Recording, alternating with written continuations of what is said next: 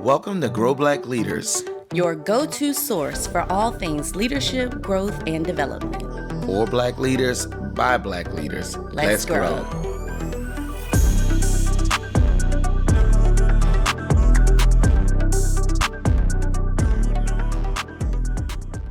Welcome to the Grow Black Leaders podcast. We are excited about today's episode. Here at Grow Black Leaders, we exist to create an ecosystem and community that allows Black leaders to cultivate Black leaders. Listen, we understand that leadership in itself is difficult, but also leading while Black has its own particular nuances, and we wanted to create a space for conversations that help to move you forward in your leadership. Now, I am excited about today's conversation, but I am not going to steal my wife's thunder because I know that you want to introduce today's guest. So Yes. I'm going to pass the baton to you. Absolutely. I am super excited for our guest that we have on our platform today. I will say that I met Favour became acquainted with her about a year ago. I remember a friend of mine introduced me to her when she was doing a God-inspired goals masterclass. And when I tell you the wisdom it was almost like she just opened up her mouth and just wisdom just poured from, how you have people that you can literally just listen to them for hours and they can just talk because they say so many amazing things. She is truly that person. So I am super excited to have none other than Favour Robinson joining us on today. Yay! So I wanted to just out of the gate, who is Favour Robinson? Who is Favour? Who is Favour? First of all, I want to say thank you. The Haddies have grown to become one of our favorite people. I really can't wait for the whole couple meet to happen because we love you guys. We appreciate you. Now, Favour is a young girl from Cameroon. I came originally from Cameroon, which is in Central Africa. I moved to the United States at the age of 19. And believe it or not, I moved without telling my family. Like a lot of my family didn't know I had made the transition, which I hope maybe some of the questions I'll answer today will unpack why I did that. Like life will make you do crazy things, right? And so when I came to the US, I really didn't have any of the things I have now. Nobody really knew who Favour was. So what I'm talking about today about who Favour has become isn't who Favour always used to be. I am an international speaker. I'm a conference host. I run a nonprofit. I pastor people online. We don't have a physical building of the church yet, but we are so excited for the privilege that my husband and I get to pastor people from all across the globe virtually. And I also have the opportunity to coach women all across the world. I'm showing them how to break limitations and how to become people of faith influence that are living a transformed life globally. And I'm a mother, most importantly. Absolutely.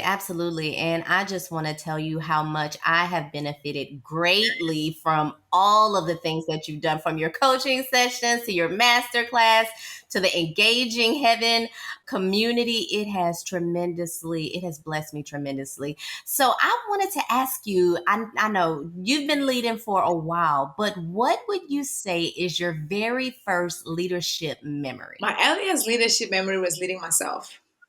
Because, a lot of people want to lead the world. A lot of us want to lead great communities. We want to lead people in companies. We want to lead nonprofit organizations in the marketplace, just you name it. And all of that is great. But I believe that self-leadership is my earliest memory of leadership because I grew up in a very interesting dynamic. My mother and my father were not legally married, so they had a domestic relationship.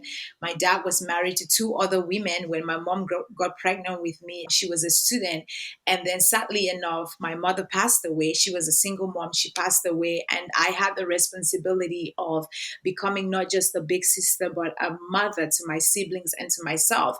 And I was only 13 years old. I know that's not an aspect of leadership that our audience probably were expecting to hear today, but I believe that if you don't don't have the capacity to lead and govern your life, you should never be in a place to lead anybody else, right? And so my earliest memory was, looking at my mother's dead body and looking at two siblings, and I was only 13 years old.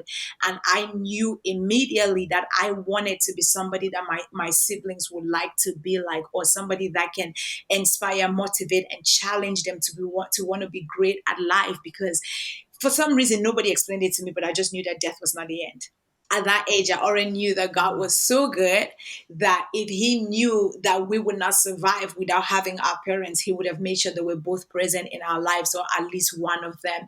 So that was my earliest memory of leadership, where I had to lead a life that was worth being replicating by somebody else. And now I can get to lead the world. Now I have to explore this with her Yeah, for go a bit. ahead. You talked about the impact of losing your mom, and specifically that being a moment that birthed leadership in you. I think that is so interesting that you chose that particular moment today. I have on the Robin Legacy. So my mom's name is Robin, and the Robin Legacy happens to be the number of things and initiatives that I plan to launch to honor my mom. So I really wanted you to explore that a bit more about how that moment really birthed leadership in you. Because here you are, you're talking about 13. I'm Wow. sure at that time you're not thinking, I'm going to be without my natural mother at 13. And now I have to somehow see a future, but not only see a future. And I'm saying this because in losing my mom, I know that that's one of the things that gets challenged in you immediately. What does the future look like? So you're trying to see a future. You're 13. And in that moment, you Yeah. are like having to deal with this understanding that I not only have to see the future, but I have to lead the future for both myself and my siblings. Talk about that for a bit. That's such a good question.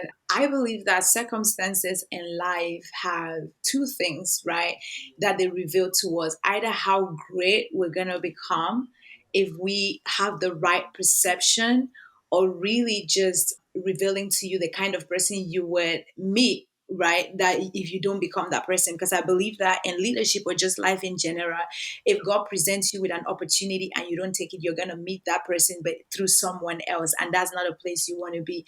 So when it comes to my family dynamic, my mother and I actually didn't have a great relationship. I was a product of wedlock. And so when she looked at me, I reminded her of a bad choice that she made. And she said it often. She often said that I was the least favorite of all her three kids. She didn't really care. So I grew up in a lot of abuse, so to speak. So when she died, I don't even know how I got the courage to think that I wanted to be a role model. It had to be God, right? It had to be something supernatural pulling me in that pattern of thinking, because I could have probably just said, you know what? She's dead. We're gonna go our separate ways. Everybody fight for yourself. They said, like, the stronger you are, then you can take care of yourself. And so with our kids, I had to make the decision to love in a way that I wasn't loved. I had to make the decision to accept in a way that I didn't accept. We all know John Maxwell. He said that leadership is influence. And though I didn't have that language at that time, I understood that there was a measure of influence on my life, that if I didn't let the pain corrupt my destiny, then I could give somebody else something that I had never received. And so with my mother, it wasn't a thing of, oh my God, I loved her so much that I didn't want her to die. I was confused, let's be honest. Right. And maybe that's somebody out there, that's your story. You became somebody that you never thought you would become, because nobody gave you a frame of reference. You grew up in abuse, rejection, abandonment. My father wasn't in my life to date. I don't know anybody in his family. So I'm a walking miracle, right? And so with that, I just thought that I had a conviction that if the enemy will come for me at such a young age, where the two people who had to be in my life, protect me, nurture me, support me, didn't give me that support. If anything, they exposed me to a lot of danger, left me in harm's way. God has a destiny for me. And her dying was an opportunity for me to become something that Satan didn't want me to become, whether because of the pain or by even prematurely taking her out of the world. So I don't really have your story, Pastor Ronaldo. You said I her mean, so dying wow, it was so much. First of was an all, opportunity, she said. Go yeah, ahead. well, I mean, I just got stuck on the part about how you didn't allow the pain to corrupt your destiny. Mm, I think that that is so powerful because as leaders or as people, I feel that many times we encounter different things or we have different experiences and we allow our experiences to really corrupt what the future looks like mm. because of what we've experienced at the hands of Yeah. other people. So I feel like it is just so powerful that even though you were 13, first of all, I couldn't even imagine because we have children that are 13 and Yes. 15. I couldn't imagine them trying to lead their siblings.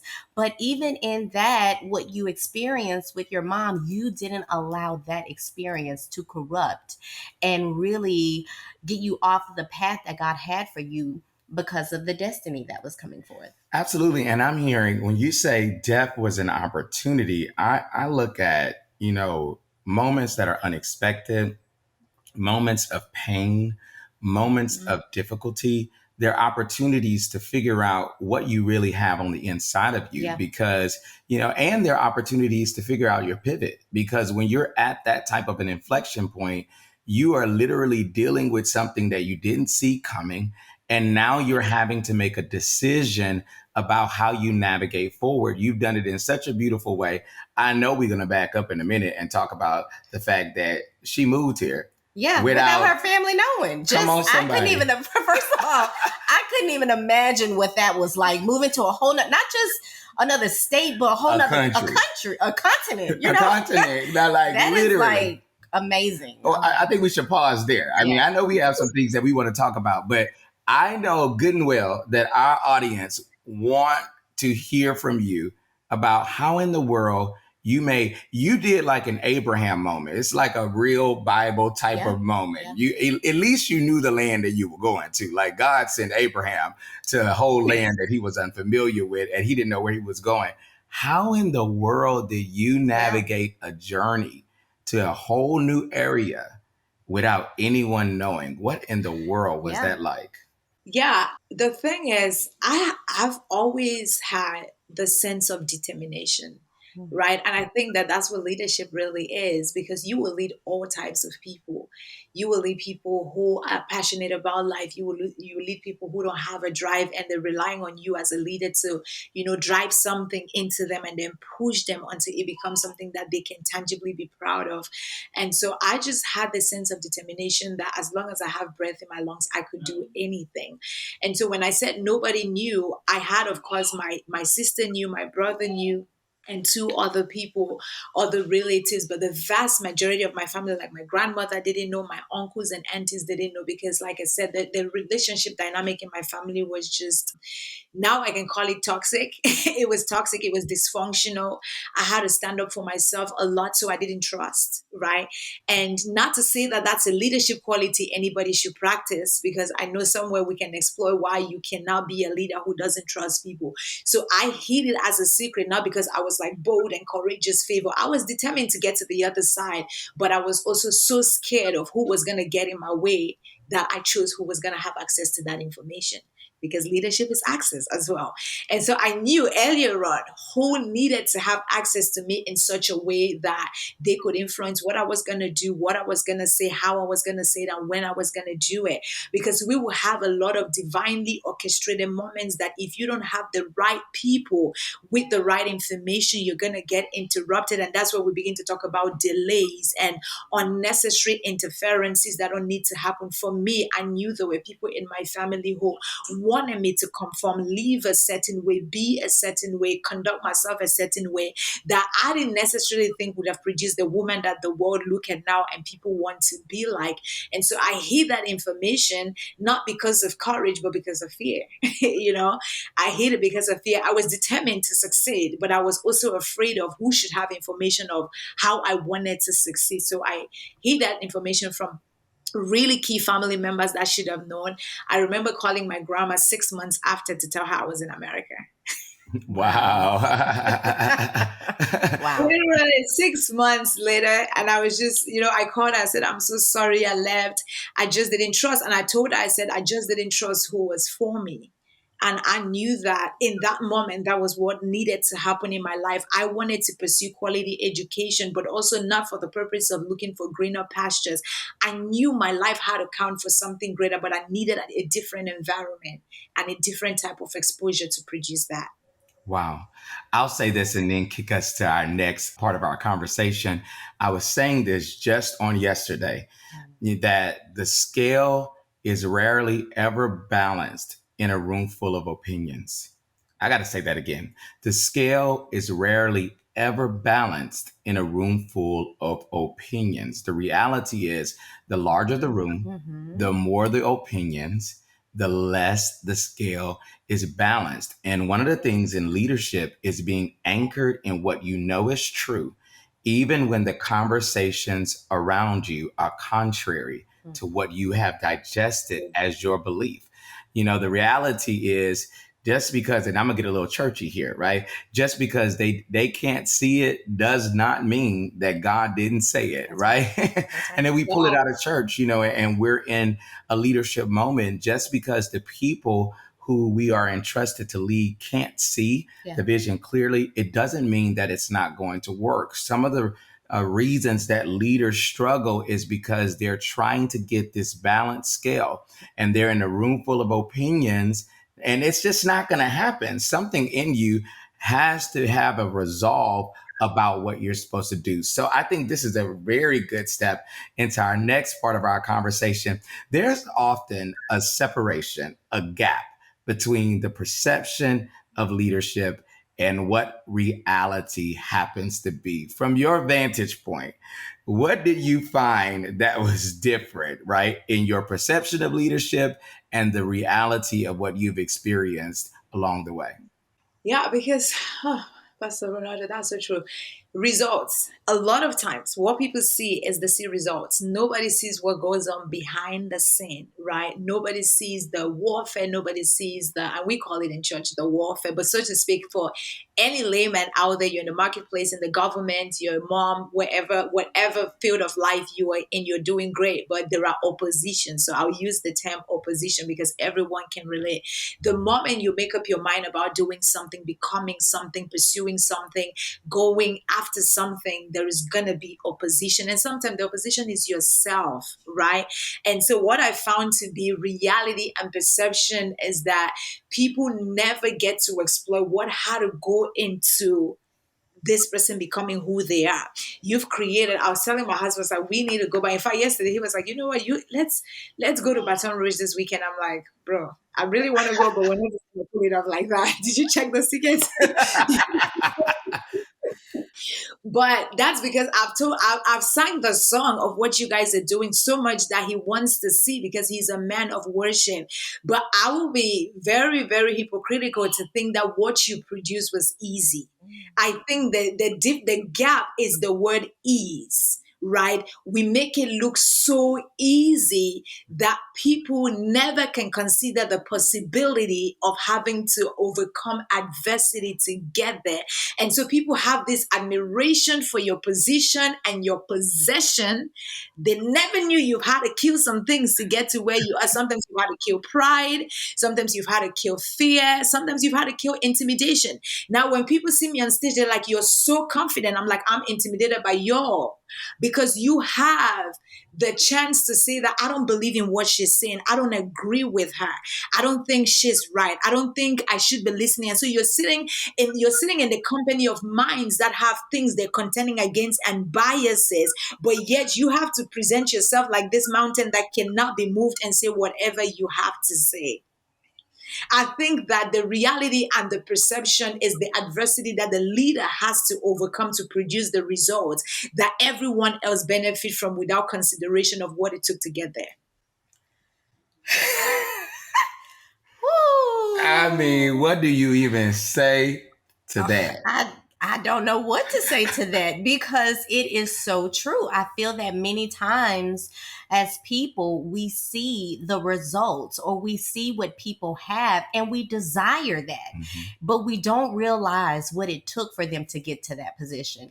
Like, I know people kind of look at where we are in ministry and in leadership, but we literally went through hell and back to get to where we are. We literally gave everything that we had. There were many times like people didn't know we literally gave every single dime All of it. that we had to do this thing that God put in our heart. We had persecution, even separation in our own family, like for 5 years, I think, about where it was like a separation of relationship because we were willing to walk the road that God called us to walk.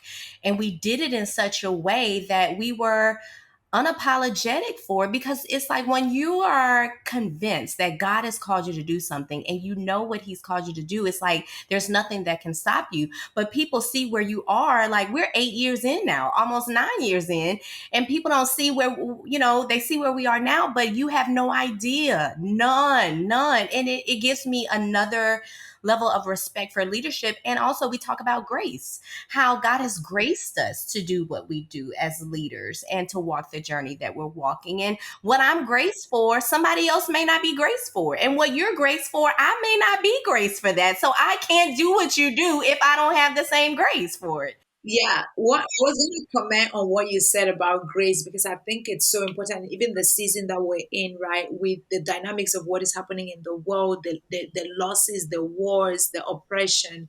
The grace doesn't just qualify the leader or equips them to do the thing and make it great. The grace also equips them to overcome the battles, Mm. right? Because literally, people are admiring the results and people want to be like you, but they've not factored in what would it cost them to be like you.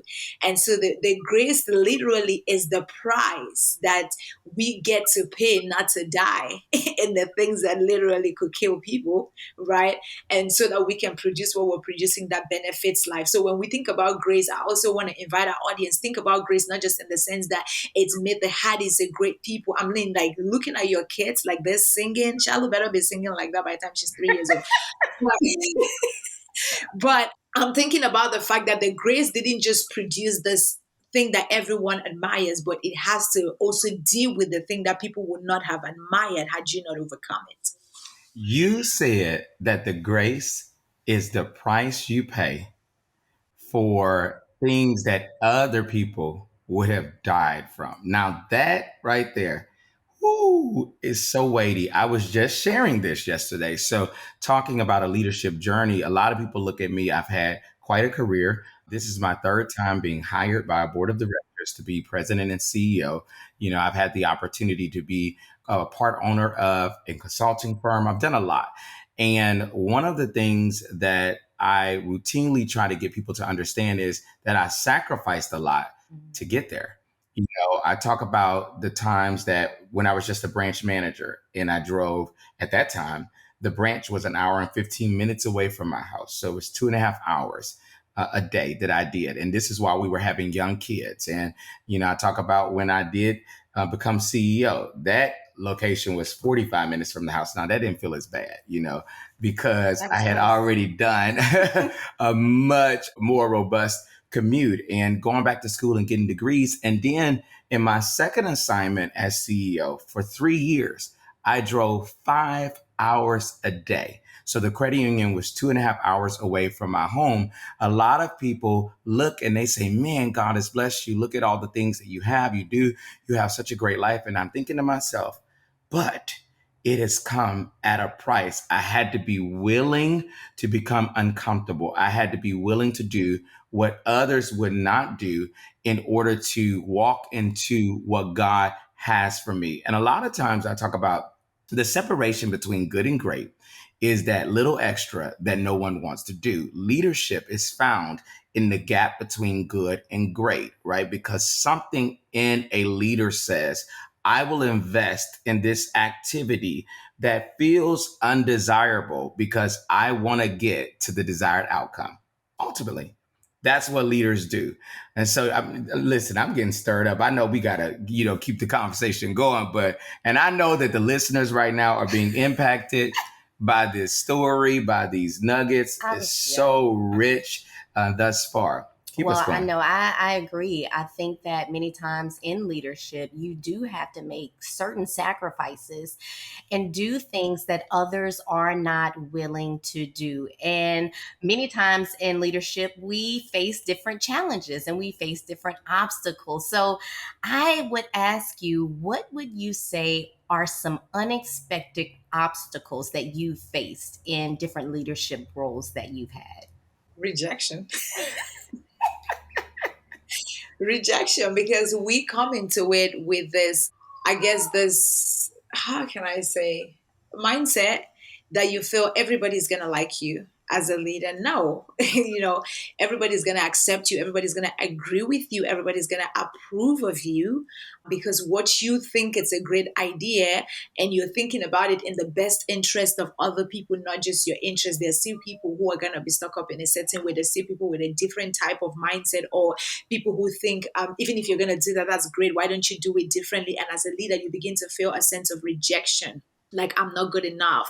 My leadership is not good enough. I'm a horrible leader. What can I do? And we find ourselves, making changes from good to worse because somebody's perception of what we're doing is not meeting their personal satisfaction. We forget that people are selfish. A lot of times, as a leader, you could be selfish, but also you can be leading a bunch of very selfish people. And so for me, the unexpected thing was rejection. I didn't think that people would not agree with me at all times. I didn't go into circumstances not expecting an approval from everybody, because I believe that I'm a great mind. Everybody should agree with me. And then you put this idea on the table and everybody just give you this dead look like, okay, that's great, but you know, so that was one for me. Rejection is a big one. And also, when you come into circumstances broken, you're going to be leading through broken lenses. I think that why it comes from the outside, I've had to face the reality of what is going on with me as a leader from the inside, where I thought the idea of leadership was great, but I never thought that I would run into circumstances where I felt like incapable. I felt insecure, right? I'm looking at your leadership and thinking like, oh my gosh, I wish I could do that. Or sometimes you find yourself wanting to do what another ministry or organization or business leader is doing, forgetting that your assignment is really different from theirs. If you try to do what they're doing, you're going to fail, like literally fatally fail. And I think that that's something that I never really considered, what healing would look like in leadership, and what it would look like for me to be rejected by the people that I feel so called to leave, not being accepted. I've seen that over and over. Going to Cameroon every year, spending tens of thousands of dollars educating students, and having to be faced with the reality that people just follow you because they feel like they're entitled to what you're offering. You're not making sacrifices. We have got to lean in right there. She talked about healing. Yeah. I say she. Let me just talk to you. You talked about healing in leadership. Now, I think that that's a conversation that's not explored enough, Mhm. because what happens when you get into a leadership role, people prop you up. They expect things of you that become very unrealistic, and you're trying to balance your Mhm. humanity with your authority or your assignment. And you're trying to literally coexist in both spaces. And, sometimes people only consider the fact that, hey, maybe a leader has done something that's damaging and it hurts people in a way where they need to be healed. But leaders have to encounter a lot of different things. They encounter betrayals. They encounter, like you said, rejection. They get ostracized. They say it's lonely at the top. And you see, the more you go up in leadership, the less and less that audience or those trusted voices, if you will, in your life exist. You have to be comfortable with your circle becoming smaller in order for you to grow in your leadership. But because of that, there are a lot of wounded leaders, and I know a ton of them are listening to this episode. Can you just talk about that for a moment? What does it look like for a leader to heal? Oh my gosh. My first thing is I pay attention to whether I react or I respond, right? when circumstances happen, whether good or bad, as a leader, you're going to have to react or you're going to respond. And sometimes, if it's something that is affecting everybody, your very first thought is, how can you handle the situation and navigate it in the way that everybody else is okay, even if you're not? Like, you can deal with yourself at a later time to figure out how does this affect you, because you want that people should walk away thinking that they've been well taken care of, they felt like they've been heard, they're supported, and this is going to work for their good. And they're not necessarily thinking about how is that going to work for you as a leader. You just have to be responsible with being okay. And what I paid attention very earlier on is that self-rejection, not even just people rejecting me, for self-rejection, where when you get to a place in your life where you don't feel like you're capable of doing something, or you're capable of exercising that authority, because sometimes you're leading people who are actually in positions of influence in their own right. So as a pastor, you may get to lead the CEOs of banks, right? You get to lead the governors of states and cities and all these officials who are being respected, and people are taking orders from them. And now you're feeling like, okay, do I need to add more water to the word of God, or do I need to remove something from it so that it can sound appealing? And you start rejecting yourself just by the mere thought of the fact that these people are going to reject me if I'm not a certain way, if I don't present myself a certain way, if I don't sound a certain way, if I don't act a certain way, if I don't dress a certain way. It's important for you as a leader to heal, because whatever is on the inside of you is what is going to spill on the people, regardless of what the situation is. Whether it's something that is good and everybody has to celebrate and rejoice, or it's something bad that you have to bring hope and you have to be like a first respondent to make sure everyone is safe and secure, like the whole lion and bear with sheep and David situation, where he had to fight, right, with his life to protect an animal. Like, that's what we're constant as leaders. That's literally what we're doing every day. Somebody is about to get caught, and then you have to come and be like, cut me, don't cut them, right? Even when you're not sure if you really want to get caught, but you have to present yourself as one that is capable of taking the bullets for other people. I think it's so important to heal, because if you don't heal, you can't help anybody. Yeah. And I know that leadership is about helping people, right? All of us that identify ourselves as leaders, whether as parents, whether in ministries and local organizations, or entrepreneurs, or social media influencers, at the end of the day, if people ask you why you're doing what you're doing, I just want to help people become better. I want to help people achieve their goals. And a lot of times when you don't heal, you are literally hurting people. You're not helping them achieve anything. A broken leader is going to break people. A leader who is not healed is unhealthy, and they're going to produce unhealthy people. And I know that we don't want to hear that, because we've created a perception. This leadership, it has something that I believe is impression, like first impression, and then second impression, and then third and last impression, where if people have already seen you as a strong person, you never want to cry in their midst, because your tears is going to communicate weakness. If people know you always have the answer, you never want to say, you know what, I don't know. Let me call a friend. I have a friend in Baton Rouge. I'll call her and ask her if she has an answer, and I'll come back to you guys and let you know what I find out. It's okay as a leader to say that. An unhealthy leader will always want to present themselves as, I have the answer. Like, if you leave this organization, you're going to be stranded. You're going to be confused. You won't be able, because nobody does it like we do. Well, somebody does it better, or somebody does it in a unique way. And I'm sorry, I really want to answer your question, but I don't have the answer. Can I go find out? And then I'll come back to you, and then we can explore options. But leaders who don't want people to look at them as though you don't have all the answer will always present themselves as this person that got it all together. And then the reality is, both inside out, you're falling apart. My lord. Okay. So you just said a lot. I want you to unpack the balance between being that vulnerable leader and being the leader that has to have this certain level of strength to be able to lead the people that are following them. Because I think as a leader, it is important to be vulnerable with the people that you lead, to be able to tell them, I don't have all the answers, or let them know, like, hey, I'm not doing my best right now, or even sharing with them some of the different things that you've encountered as a leader. But I feel that many times we struggle with doing that because we do want to be seen as that person who's capable of leading them. And many times we're afraid to do that because we don't want people to feel that we're incapable. or we are inadequate. So, what would you say would be a good balance, or what have you used to help balance between being a vulnerable leader and that strong leader that's able to show people the way without feeling like you're inadequate as well? That's such a good question. I think there are levels to it. So when we are leading, I have a core staff, right? Like it's about 3 people on this core staff. And then I have a general staff because people can handle information differently. When we talk about vulnerability, I'm not going to come to Shiloh and begin to pour my heart out on Shiloh. She's going to be so confused. Right?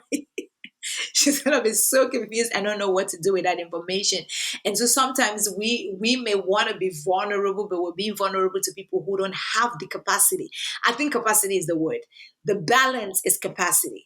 Like knowing the capacity of the people you are leading, the capacity of the one that is sitting in front of you, running alongside you, right? The capacity of the one that is beneath you and those that you choose to allow to be above you. And so capacity is where we get to create a fine line between everybody that we're leading, where there are people where you get the core people together and say, hey, this is what is going on. And we need to make sure we communicate this information so wisely that we don't end up losing people instead of giving them an opportunity to grow. Because at the end of the day, I don't want to lead people that stay where they are when I started leading them. We're talking about grow leaders. That is so powerful and so true. Like if you're leading, people should be on a journey with you. They should have the opportunity to transition from one point in place to another. And part of Yeah. that is having a resolve about where you're going. Look, it looks like you got some more to say to that. Yeah, no, I was saying that so the line or the boundaries in vulnerability is the present whatever it is as an opportunity for growth, right? Share it in a way that you recognize where people are at and you can say, okay, there's 5 core people that are doing things with me at a higher level. I'm going to tell them what it is because they have the capacity to handle it and this will give them an opportunity to grow even higher. And then you come to the general people and you communicate the information in a way that you're giving them an invitation, right? You're giving them an invitation. It's not necessarily like just spewing things out on people and they walk away feeling like you're not capable of leading us. And now there is trouble. We don't even know what to do. I think is communicating the problem as an opportunity for us to do something together that will change our lives and the lives of those that are benefiting from what we're doing. And so when as a leader, you can literally kill your fear by how you think about what is at hand. If we're all going to grow through this, then you tell them, hey, as a leader, just because I'm leading you doesn't mean I don't have capacity for improvement, doesn't mean I have maxed my capacity to improve. What this is going to do for us is I am going to grow in a way that I can lead you better, and you are going to grow in a way that you can lead somebody else. Because I don't just want you following me about. That's so powerful. I'll say this, and then we have one more question to ask you before we land this interview on today. So I love what you just said about really kind of reframing your perspective about the problem, right? So, one, I love that you said helping people to see that this problem is an Mhm. opportunity for all of us to come together to do something great or better or big or however you said it. It just impacted me, right?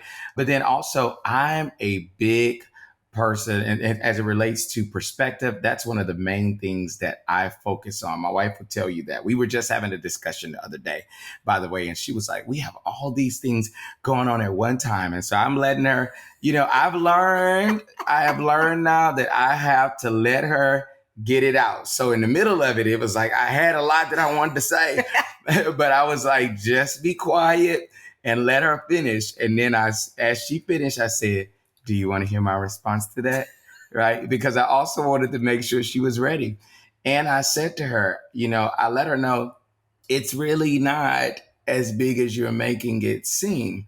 Let me walk you through all that we have to do. And because I had a different perspective on the journey ahead, I was processing it without as much angst or anxiety. And I think great leaders, that's one of the things that they do. They have an opportunity or they have the capacity or ability to help people to reframe their perspective about the journey ahead. And great leaders are pretty good at quickly calibrating their mind around the journey that they see in front of them. Now, I want to ask this particular question because I believe that when you say things like this, they always unearth a certain amount of wisdom because you're looking through the rearview mirror. There are some people that are going to hear your response to this and it's going to help them right where they are today on their leadership journey. But what would you tell your younger self? Because you've had an opportunity to live and survive, conquer and thrive in certain things that some people are looking at now and they're like, oh my God, I don't know what I'm going to do. And I'm certain back then that there were things in your journey that would have been a little bit scary for you. You probably felt some fear or apprehension, and you've learned, you've grown. What would you tell your younger self if you had the opportunity today? Be very different. Sorry, it wouldn't be very different from what we just said. I promise you, a lot of what I have failed or not done so well in my leadership came from unresolved issues, right? Unhealed wounds, trauma. I would say every leader go through therapy, counseling, inner healing, and deliverance. Go get you free because it's so leadership is stewardship. You're being given an opportunity to steward lives, and these lives are people connected to other people that sometimes people literally would take what you say and copy and paste it in other communities, meaning that if you are telling this one person the wrong thing, several other people they're connected to are going to hear that wrong information and believe it to be truth. Right. And so, one thing I should have done sooner or recognized even sooner is that just because I was doing things great doesn't mean I was really okay. Right. And so, I would say that younger Favor, go get you delivered. Oh my God. Go get you delivered. Because I said a lot of things that I shouldn't have said. I was, you guys know already I'm bold. I'm going to say what I want to say, but there is tact and wisdom. If we want to talk about leadership, especially from the perspective of leading people and leading from a place of our faith, the Bible said Daniel used tact and wisdom. He knew he was going to die if he didn't know what the king was asking for. And scripture said that he used tact and wisdom and spoke to the person that has been basically commanded or authorized to execute him. So with tact and wisdom, he said, hey, can you give me an opportunity? Like what we said, a good leader, he didn't claim to know the answer. He wasn't trying to be God in the moment. He recognized he needed to go consult God. And it's okay. Younger Favor, you don't have all the answers. Younger Favor, you are not a strong Black woman. Younger Favor, you are not a superhero. Sometimes we need to go for consultation so we don't make a casualty out of people. Right. And so he consulted God and then he came back with the answer. But even how he requested for the time that he needed, there was a choice for them to say, no, you don't have that much time. But the Bible said the way he communicated it, his request was granted and he truly came back with the answer. And as leaders, we're constantly having to do that. We're bringing people alongside us on a journey. We're growing alongside other people, or we're going further than other people and bringing them along, whatever that looks like to you. I would say that anything that is impacting your soul in a way that makes your leadership a horror movie, go deal with it. Don't pretend. It's not okay. Just because it look okay to the world doesn't mean you have to keep doing it. It's not okay. Grow, you leader. My God, that was good. That was good. You look like you had something to say. No, I thought you did. I mean, you just digested it, huh? I just digested it. First of all, the fact that leaders need to go through therapy and healing, I feel that many times as leaders, we don't deal with the things that we have going on the inside of us. Number one, because we can be so busy trying to conquer the world and trying to do everything for everyone that we really neglect the things that we are feeling and need to be dealt with on the inside of us. Mm-hmm. But I love what you said about how if you don't deal with what's on the inside of you, then you'll start to produce casualties with other people because of the things that you have unresolved that are on the inside of you. So my husband and I, we are huge advocates of therapy. He sees a therapist weekly. I see a therapist every other week, but it's he tried to throw me out there like I need a little bit more than you. That's what it is. Well, the Lord is still working on She's trying But, we are huge advocates of healing and deliverance and getting therapy, because you need to deal with what's going on the inside of you, or it will start to bleed onto other people, and it will greatly impact your ability to lead others, and you don't want to damage other people because you're damaged. And I feel that it's super important for us to realize that as leaders, that let me deal with me before I try to deal with someone else. I love that. Let me deal with me before I try to deal Let with me deal with someone else. That's good. Favor, it has been a pleasure to have that's you so on good. today's podcast episode. You are so full of wisdom, and I know our listening audience has been impacted by what you have offered today. If they want to keep in touch with you, if they want to get exposed to what it is that you do, can you tell them how to get in touch or how to follow you? Where can they go to make sure that they learn more about you? Oh, absolutely. Instagram. I am the king's favorite is my Instagram handle. Don't ask me why I have that handle. My name is Favor, and I believe that I should be everybody's favorite. And so, if you think I'm not your favorite, you just haven't found out yet. So, when you go to Instagram, I am the king's favorite, or just type my name, Favour Robinson. You should have that account pull up. And I have a website, favoritecoach.com. Favoritecoach.com are the hubs that you can find me on, and we can get to do life together. Well, thank you so much for Thank being with us you. on today. And also to our listening audience, thank you for tuning in to this episode of Grow Black Leaders, where we exist to create an ecosystem just for you, where Black leaders can cultivate Black leaders. We don't take it for granted that you took a part of your day to listen to this episode. We hope that it has been helpful to and for you. And we look forward to continuing the conversation and you coming back to hear more on the next episode. Thank you for tuning in to Grow Black Leaders. Don't let your growth journey stop here. Be sure to subscribe and visit our website, growblackleaders.com, and follow us on social media at Grow Black Leaders.